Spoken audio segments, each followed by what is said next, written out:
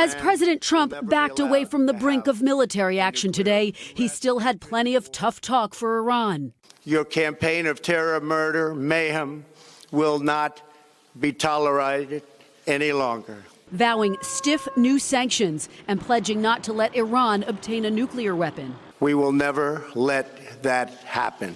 Our missiles are big, powerful, accurate, lethal, and fast. But it's his comment that Iran seems to be standing down that is drawing scrutiny, with some Democratic lawmakers stressing Iran could still attack through its proxy forces. I wouldn't rest easy that somehow the threat is contained and that's the end of it. I don't believe that's true at all. For his part, the president seems to be standing down himself for now. According to a senior administration official, and first reported by the Washington Post, Mr. Trump made it clear while huddling with top advisors in the Situation Room Tuesday, amid revelations of no fatalities, he did not want to escalate the crisis. Iran must abandon its nuclear ambitions. And there is backlash to this comment about his predecessor, former President Barack Obama. The missiles fired last night at us and our allies were paid for with the funds made available by the last administration.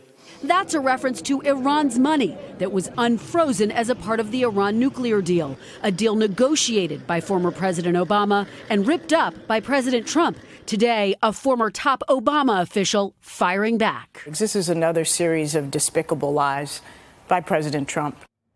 Now, President Trump also said today he's asking NATO allies to become more involved in the Middle East. But in recent days, NATO has been standing down in Syria and Iraq after NATO members say they were left in the dark about the plans to kill Iran's top general. Hey, NBC News fans, thanks for checking out our YouTube channel. Subscribe by clicking on that button down here and click on any of the videos over here to watch the latest interviews, show highlights, and digital exclusives.